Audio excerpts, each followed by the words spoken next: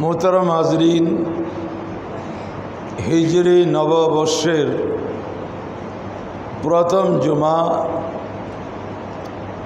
हिजरी सन एटा मुसलमानदेर जन्य मुसलमानदेर स्वयं सम्पूर्णतार एकटा अन्यतम स्वाक्षर हच्छे हिजरी सन। मुसलमानरा जाते निजस्व सन व्यवहार करते पारे एवं हिजरतेर सर्वोच्च गुरुत्व प्रतिदिन जेन मुसलमान उपलब्धिते आनते पारे सेई जन्य हिजरतके केंद्र करे एई सनेर प्रवर्तन करलेन आमिरुल मोमिनीन सैयदना हज़रत उमर बिन खत्ताब फारूक आज़म रदियल्लाहु ताआला। हिजरी नवबर्षेर गुरुत्व मुसलमानेर काछे थाका उचित, किन्तु दुःखजनक हलेও सत्य आमरा अधिकांश मानुष এই तारीख सम्पर्के उदासीन। एमनकि बांगला सन सेटाओ आमरा जेहेतु बांगाली सेई सनेर हिसेब आरो कम आमादेर काछे, अथच बादशाह अकबर एटा हिजरतेर साथे एकसाथे मिलिए बांगला सन करेछिलो। जेई कयेक बछरेर व्यवधान हयेछे এটা মাসের মধ্যে দিনের সংখ্যার যে তারতম্য সেই কারণে হয়েছে। বাংলা সন পিছে আছে, হিজরি সন আগে আছে। এই তারতম্য হয়েছে মাসের দিনের সংখ্যার তারতম্যের কারণে। কারণ চন্দ্র মাস 29 আর 30 হয়, तो बांगला मास एर हिसेब एर चेये बेशी है। तो से जाई होक हिजरी सनेर गुरुत्व मुसलमानेर मध्य जेभावे थाका उचित छिलो सेभावे नाई। एटा आमादेर अनुशीलने आना दरकार। एवं এই हिजरी बत्सरेर प्रथम मास मुहर्रमुल हराम। এই মুহররম মাস অনেকগুলো ঐতিহাসিক ঘটনার একটা ক্ষেত্র হচ্ছে আশুরা। মুহররমুল হারাম তন্মধ্যে উল্লেখযোগ্য হচ্ছে আশুরা। হাদিসে পাক সহিহ বুখারী মুসলিম সিয়াসতের মধ্যে আছে रसूल पाक सल्लल्लाहु अलैहि वसल्लम जखन हिजरत करे मदीनाय पाके आसलेन तो देखलेन यहूदीरा मुहर्रमेर 10 तारीख रोजा पालन करছে। तो जिज्ञेस करा हलो तोमरा केन रोजा पालन करছো এই দিন? एरा बोललो এটা একটা মহান দিবস, এটা একটা বরকতপূর্ণ দিন। আল্লাহ রব্বুল ইজ্জত হযরত সৈয়দনা मूसा कलीमुल्लाह अला नबीना अलैहिस्सलाम के ফেরাউনের মোকাবেলায় আল্লাহ মুক্তি দিয়েছেন, বিজয় দান করেছেন। সেটিকে স্মরণীয় করে রাখার জন্য আমরা রোজা পালন করছি আশুরার 10 তারিখ, মুহররমের 10 তারিখ। এই দিনটাকে আশুরা এই জন্য বলা হয় যেহেতু আসর, আসর মানে 10। তো রসুল পাক সাল্লাল্লাহু আলাইহি সাল্লাম বললেন নাহনু আহাক্কু বিমূসা মিনকুম। मूसा कलीमुल्लाह आलैहिस सालामेर এই বিষয়টিকে স্মরণীয় করে রাখার জন্য তোমাদের চেয়ে আমরা বেশি হকদার। फसामहु व अमरा बसियामिही রসুল পাক সাল্লাল্লাহু আলাইহি ওয়াসাল্লাম মুহররমুল হারামের 10 তারিখ রোজা রাখলেন এবং সাহাবায়ে কেরাম আলাইহিমুর রহমত ওয়া রিদওয়ানকে নির্দেশ দিলেন রোজা রাখার জন্য। ইতিহাস বলছে এই রোজা প্রথম দিকে ফরজ ছিল, তার ফরজিয়ত যখন রমজানের রোজা ফরজ হওয়ার বিষয়টা আসলো, ওইটার ফরজিয়ত রহিত হয়ে গেছে, ক্যান্সেল হয়ে গেছে। কিন্তু রমজানের রোজার পর সবচেয়ে ফজিলতপূর্ণ রোজা হচ্ছে আশুরার রোজা। কিন্তু সরকারে কোন মক্কা সাল্লাল্লাহু আলাইহি ওয়াসাল্লাম শেষ দিকে এসে বললেন, লো ইস্তু ইলা কাবিলিন লাসুমান্নাত তাসিয়া ওয়াল আশরা আও কামা ক্বাল আলাইহিস সালাম। আমি আগামী বছর পর্যন্ত জীবিত থাকি তো 9 তারিখও রাখবো, 10 তারিখও রাখবো। এটার কারণ হচ্ছে ইহুদিদের সাথে সাদৃশ্য না হওয়ার জন্য। এরা একটা রাখে, আমরা 2টা রাখব। এই রোজা অত্যন্ত ফজিলতপূর্ণ। রমজানের রোজার পর সবচেয়ে ফজিলতপূর্ণ নফল রোজা হচ্ছে আশুরার রোজা। যাদের পক্ষে সম্ভব এই রোজা পালন করবেন, আল্লাহ তাআলা বিগত বৎসরের গুনাহে সগীরা আল্লাহ পাক মাফ করে দেবেন, আলহামদুলিল্লাহ। এবং আশুরার সাথে যে আমাদের দেশে আমরা ভালো খাবারের যে আয়োজন, এটারও ভিত্তি আছে। এটাকে বলে হাদিসুত তাওয়াসসু। হুজুর নবী করিম সাল্লাল্লাহু আলাইহি ওয়াসাল্লাম ইরশাদ করলেন, মান তাওয়াসসা আলা আয়ালিহি ইয়াওমা আশুরা ওয়াসসা আল্লাহু আলাইহি সানাতা কুল্লাহা। যেই ব্যক্তি আশুরার দিন পরিবার পরিজন নিয়ে ভালো করে সামর্থ্য অনুযায়ী খাবে, আল্লাহ তাআলা তাকে সারা বছর ফরাগতির সাথে অনায়াসে চলার সুযোগ দান করবেন, আলহামদুলিল্লাহ। এখানে কি রহস্য আছে এটা আল্লাহ রসুল ভালো জানেন। হযরতে সৌবান রাদিয়াল্লাহু আনহু ইনি কৃতদাস ছিলেন, ওনাকে খরিদ করে রসুল পাক সাল্লাল্লাহু আলাইহি সাল্লাম স্বাধীন করে দিয়েছেন। হযরত সৌবান বলছেন, আমি এটা পরীক্ষা করেছি, আমার রসুল যেভাবে বলেছেন সেভাবে পেয়েছি। তো কেউ বলতে পারে, একদিকে বলতেছেন রোজা রাখতে, আরেক দিকে বলতেছেন ভালো খেতে, 2টা তো একসাথে হয় না। তো রোজা রাখা আর খাওয়ার মধ্যে কোনো বৈপরীত্য নেই। দিন মানে শুধু এই সূর্য যখন থাকে সেই দিন না, 24 ঘন্টায় যেই দিন, এটাকে আরবিতে ইয়ম বলে। ইয়ম 12 ঘন্টার সূর্য উদিত হওয়া, ফজর শোবে সাদেক থেকে সূর্য অস্ত যাওয়া পর্যন্ত যেই দিন, এই দিনের আরবি হচ্ছে নাহার।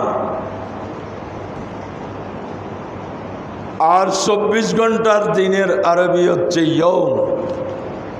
রসুলে পাক বলছেন ইয়মা আশুরা। এটা আপনি দিনের বেলায় খেতে হবে এমন না, আপনি সন্ধ্যা বেলায় খাইতে পাচ্ছেন, ছোট বাচ্চারা দিনে খেতে পারতেছে। অতএব উভয়ের মধ্যে কোনো বৈপরীত্য নেই। তো আশুরার রোজা ফজিলতপূর্ণ। যারা শারীরিকভাবে সুস্থ তারা রাখার চেষ্টা করবেন।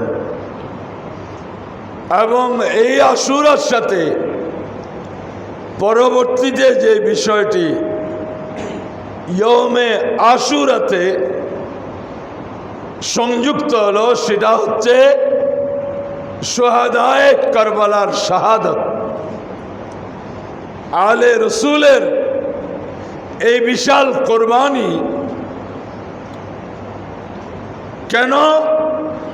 যে সত্যের জন্য আওলাদে রসুল কোরবানি দিয়েছেন, ক্ষমতার জন্য নয়। ক্ষমতার জন্য গেলে, যুদ্ধের জন্য গেলে কেউ নিজের সাথে দুধের বাচ্চাকেও নিয়ে যায় না। হজরতে ইমামে হুসাইন রাদিয়াল্লাহু আনহু কুফা এসেছিলেন কুফাবাসীর আহ্বানে, নিজেকে দায়মুক্ত করার জন্য।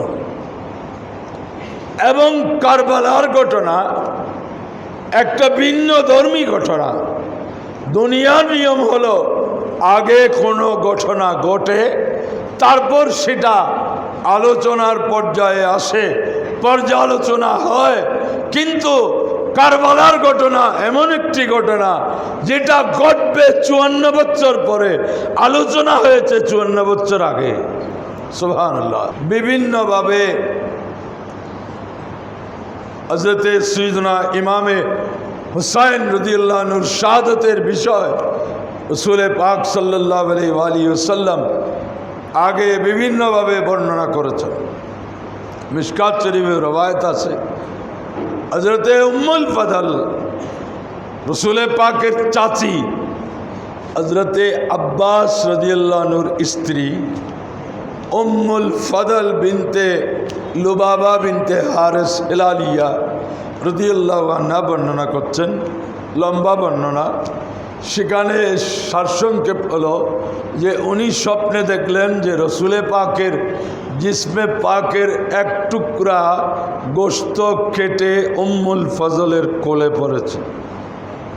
উনি ভয় পেয়ে গেলেন যে রসুলে পাকের পবিত্র দেহ মুবারকের এক টুকরো গোশত কেটে ওনার কোলে পড়ল। ইনি রসুলে পাকের কাছে বললেন, ইয়া রাসূলুল্লাহ, বড় ভয়ানক স্বপ্ন দেখেছি। রসুলে পাক বললেন, বলেন না কি দেখছেন? ইনি বলছেন, এটা বড় কঠিন, আমার বসতেও ভয় লাগছে। তো শেষ পর্যন্ত যখন বললেন, তো রসুলে পাক বললেন যে চাচি, এতে শঙ্কিত হওয়ার কিছু নেই, এখানে আনন্দের পূর্বাভাস। সাতালিদু ফাতেমাতু ইনশাআল্লাহ গুলামান ইয়াকুনু ফি হিজরিকে। চাচি, এই স্বপ্নের ব্যাখ্যা হলো আমার কলিজার টুকরার কন্যা খাতুনে জান্নাত ফাতেমাতুজ জাহরা রাদিয়াল্লাহু তাআলা আনহার একটা ছেলে সন্তান জন্মগ্রহণ হবে, এটাকে আপনি কোলে নেবেন। এটা দেখছেন? আমার দেহের এক টুকরা গোশত কেটে আপনার কোলে পড়তে যেই স্বপ্ন দেখেছেন, সেটা হচ্ছে মূলত আমার ফাতেমা এখন গর্ভবতী, তার একটা ছেলে সন্তান হবে। আরবিতে ছেলে সন্তানের জন্য আলাদা শব্দ, শিশু, আর শিশু কন্যার জন্য আলাদা শব্দ।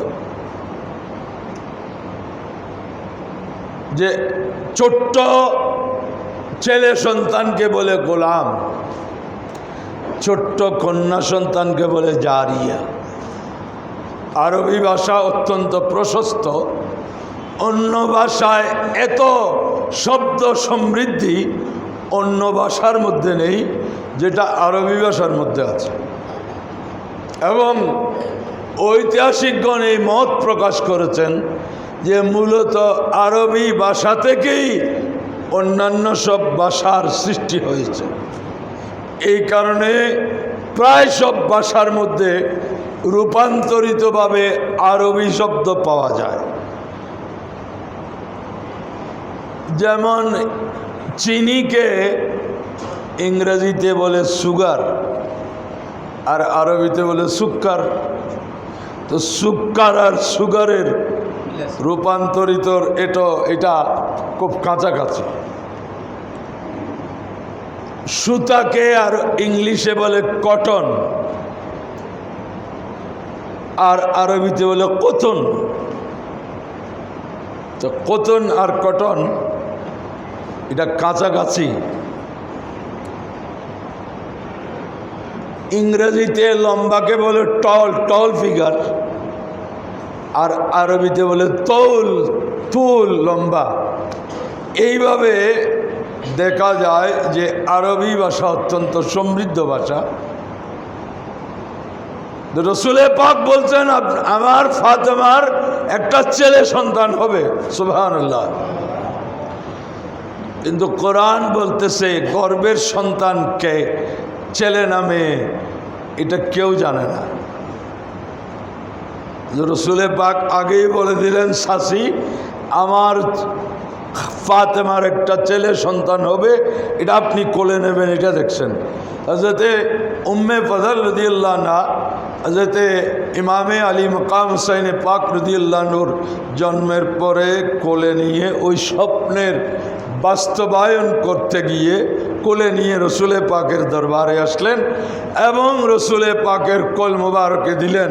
তো হযরতে উম্মে ফজল বলেন, আমি এদিক থেকে এদিক একটু পরিবর্তনেই দেখছি, রসুলে পাক ইমামে হুসাইন রাদিয়াল্লাহু আনহুকে কোলে নিয়ে কাঁদতেছেন।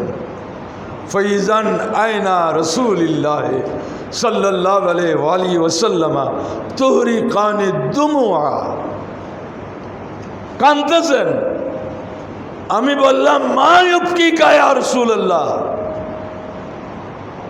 ইয়া রাসূলুল্লাহ, এই ধরনের নাতিকে নিয়ে নানা তো কান্না করার কথা নয়, আনন্দিত হওয়ার কথা। এত সুন্দর, যাদের সৌন্দর্যের বর্ণনা মওলা আলী শেরে খুদা নিজেই দিচ্ছেন যে আল্লাহ পাক আমার এই দুই সন্তানকে এমনভাবে সৃষ্টি করেছেন, দুইজনকে পাশাপাশি দাঁড় করিয়ে দিলে রসুলে পাককে দেখা যায়। হযরতে মওলা আলী বলছেন, মিশকাত শরীফের মধ্যে হাদিস আছে যে হযরতে ইমামে হাসান মাতা মুবারক থেকে আবক্ক হুবহু রসুলে পাক সাল্লাল্লাহু আলাইহি সাল্লামের মতো, আর ইমামে হুসাইন বক্ষ থেকে কদম শরীফ পর্যন্ত হুবহু রসুলে পাক সাল্লাল্লাহু আলাইহি সাল্লাম। তার মানে দুইজন পাশাপাশি দাঁড়ালে রসুলে পাকের প্রতিচ্ছবি বেশি উঠত। এত সুন্দর নাতিকে নিয়ে কাঁদতেছেন কেন? তো সরকারে দো আলম ইরশাদ ফরমাচ্ছেন, চাচি আতানি জিবরাইল আলাইহিস সালাম, এক্ষুনি জিবরিল এসেছেন, ওয়া আখবারানি আন্না উম্মতি সাতাকতুলু ইবনি হাযা, এই সংবাদ আমাকে দিয়ে গেলেন যে আমার উম্মত আমার এই নাতিকে শহীদ করে দিবে। নাউজুবিল্লাহ। সেটা তাহলে ওনার শাহাদতের ঘোষণা ওনার জন্মের পরই হয়েছে, কিন্তু ওনারা শাহাদতকে ভয় পান না। শাহাদত ভয় পাওয়ার বিষয় নয়, শাহাদত কামনা করার বিষয়।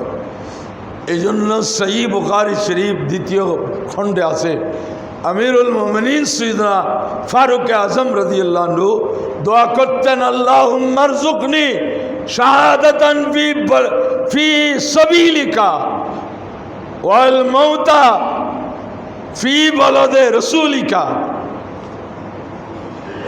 ইয়া আল্লাহ, আমি ওমরকে তোমার রাস্তায় শাহাদত নসিব করো, কিন্তু শাহাদত হলো মওতটা যেন নবীর শহরে হয়। বুখারী শরীফের হাদিস, আল্লাহুম্মা রযুকনি শাহাদাতান ফি সাবিলিকা ওয়াল মাউতা ফি বালাদে রাসূলিকা।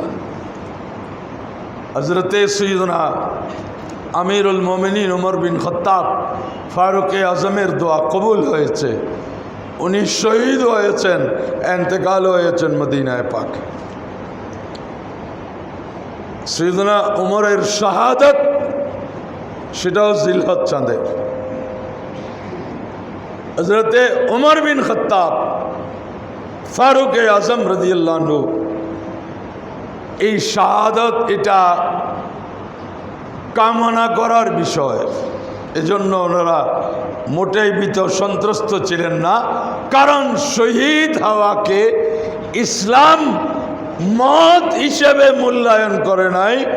শাহাদাত এটা জীবন লাভ করা।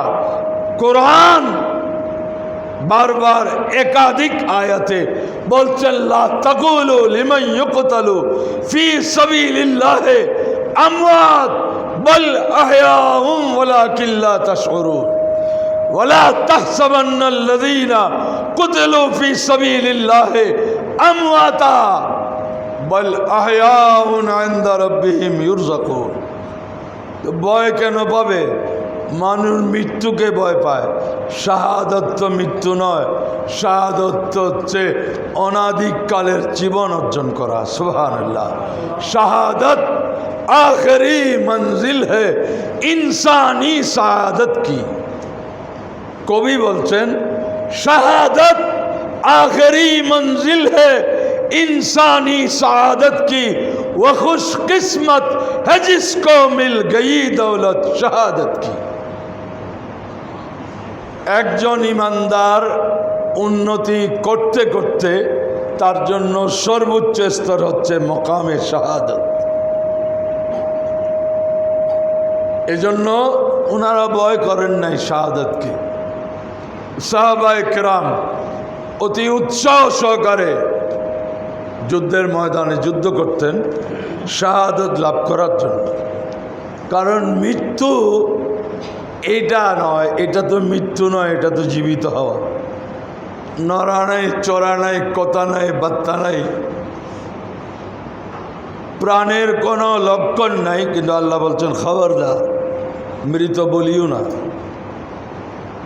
তো ঠিক আছে, আল্লাহ যখন নিষেধ করতেছেন মৃত বলবো না, জীবিতও বলবো না। আল্লাহ নিষেধ করতেছেন বলে মৃত বলবো না, আর দেখতে তো এটাতে জীবিতর কোনো লক্ষণ নাই, এই জন্য জীবিতও বলবো না। আল্লাহ বলছেন না, মৃত বলতে পারবে না, জিন্দা বলতে হবে। বল আহিয়া, জিন্দা বলতে হবে। এখন তোমার বুঝে আসুক না আসুক, তখন বান্দা চিন্তা করতে পারে, আরে আল্লাহ যখন বলছেন বলবো না আর কি। বলার সম্পর্ক মুখের সাথে, বলার সম্পর্ক মুখের সাথে। আল্লাহ যখন মৃত বলতে নিষেধ করতেছেন মৃতও বলবো না, জীবিত যখন বলতে বলছে মুখে বলবো, কিন্তু ভিতরে বিশ্বাস আরে এটার মধ্যে জীবিত হওয়ার কোনো লক্ষণ নাই। আল্লাহ বলছেন বলে জিন্দা বলতেছি যে। তো বান্দার এত চলচাতুরিত আল্লাহ ভালো করে বুঝেন। তো অপর আয়াতে বলতেছেন, ওয়ালা তাহসাবান্নাল্লাযীনা কুতিলু ফি সাবিলিল্লাহি আমওয়াতা। হে ঈমানদারগণ, আল্লাহর রাস্তায় যারা শাহাদত বরণ করেছেন এদেরকে মনে মনেও মৃত বলে ধারণা করতে পারবে না। কারণ ধারণার সম্পর্ক কলবের সাথে, বলার সম্পর্ক মুখের সাথে। আল্লাহ সব জানেন, সেই জন্য বললেন যে না, ধারণা করতে পারবে না। বল আহয়াউন ইনদা রাব্বিহিম, বরং এরা আল্লাহর নিকট জীবিত। ইউরযাকুন, এদেরকে রিজিক দেওয়া হয়। সুবহানাল্লাহ। কেমনে দেওয়া হয়, কি দেওয়া হয়, এইগুলার গাঁটাগাঁটিতে আমাদের যাবার দরকার নেই। আল্লাহর কোরআন যখন বলছে কেমনে দে আল্লাহ জানে, কেমনে পায় যারা পায় তারা জানে। আর আমাদের দায়িত্ব হলো সত্য বলে মেনে নেয়া। কারণ আমি আমার নিজের দেহ সম্পর্কে, দেহটা আমার, কিন্তু এই দেহের ভিতরে কি কি করতেছে, দেহটা আমার সাথে 24 ঘন্টা আছে, কিন্তু আমি কিছুই জানি না কি হচ্ছে ভিতরে। আমার ভিতরে কি হচ্ছে, কি রাসায়নিক ক্রিয়া প্রতিক্রিয়া হচ্ছে, কোথায় সমস্যা হচ্ছে, দেহ আমার, আমি জানি না। আমরা কেমনে ওইগুলো বুঝবো? তো সেখানে ইমানদারের পরিচয় হলো মেনে নেয়া। তো মোহতারাম হাজরিন, বলতেছিলাম কারবালার যে ট্র্যাজেডি, কারবালার যে ঘটনা, সেটা ঘটেছে পরে, আলোচিত হয়েছে আগে। কোন জায়গায় শাহাদাত বরণ করবেন সেটাও রাসূল পাক বলে দিয়েছেন। সিফফিনের যুদ্ধ থেকে আসার সময় মওলা আলী শেরে খুদা রাদিয়াল্লাহু আনহু ওনার বহর নিয়ে আসতেছেন। আসার সময় ওই কারবালার ময়দানের পাশ দিয়ে আসার সময় উনি তার যেই চিহ্নগুলো আছে এতেই বুঝতে পারলেন রাসূল পাক এই মাঠের কথা বলেছেন। হযরতে ইমামে তাবারি তারিখে তাবারির মধ্যে ইবনু হাজার হাইসামি সওয়ায়েকে মুহরেকার মধ্যে এই রওয়ায়াতগুলো পেশ করেছেন। মওলা আলী বললেন, শোনার নামও এখানে একটু সবাই অবতরণ করো। উনি ওই মাঠ একবার ঘুরলেন, ঘুরে অল্প মাটি নিয়ে গ্রান নিলেন আর কেঁদে ফেললেন। কেউ কিছু বুঝতে পারতেছে না। জিজ্ঞেস করলেন, আমিরুল মোমিনিন এটার কারণ কি? বলে, কারণ হলো রাসূল পাক সাল্লাল্লাহু আলাইহি সাল্লাম ভবিষ্যৎবাণী করেছেন যে আমার হোসাইন এই মাঠে শহীদ হবে।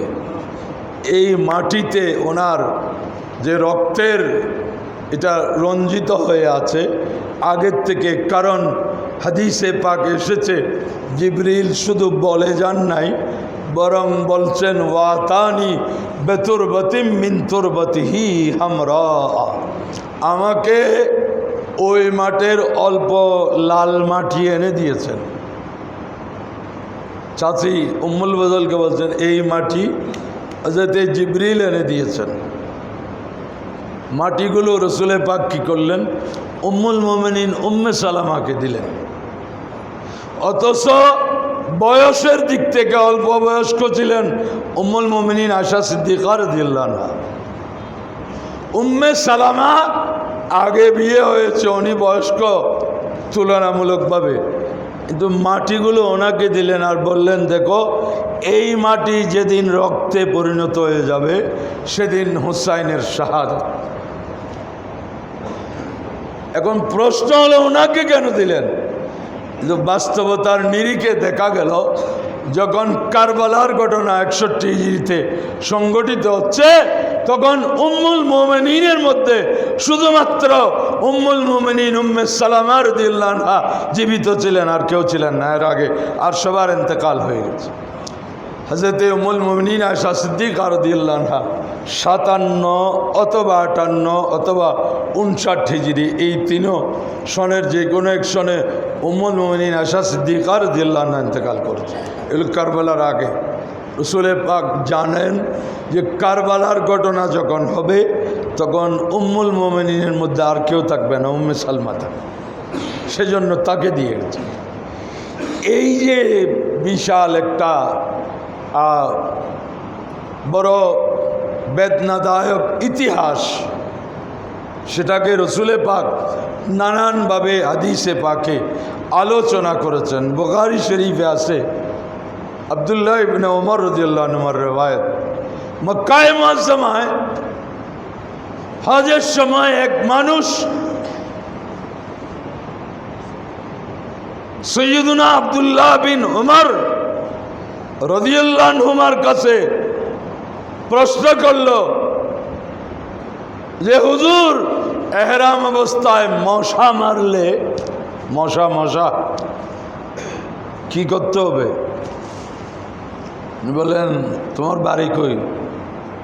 বলে আমার বাড়ি ইরাকে। বলে রাসূল পাকের নাতিকে মেরে ফেলছো কি? এই সময় কিছু জিজ্ঞেস করো নাই, আর আজকে মশার ব্যাপারে প্রশ্ন করছো? কত উনি একবার দীক্ষা দিলেন ওই লোকটাকে। তার মানে কি বোঝা গেল যে হয়তো উনি জড়িত ছিলেন কিনা আল্লাহ জানে, কিন্তু সাহাবী এই কারণে বিরক্তি প্রকাশ করলেন।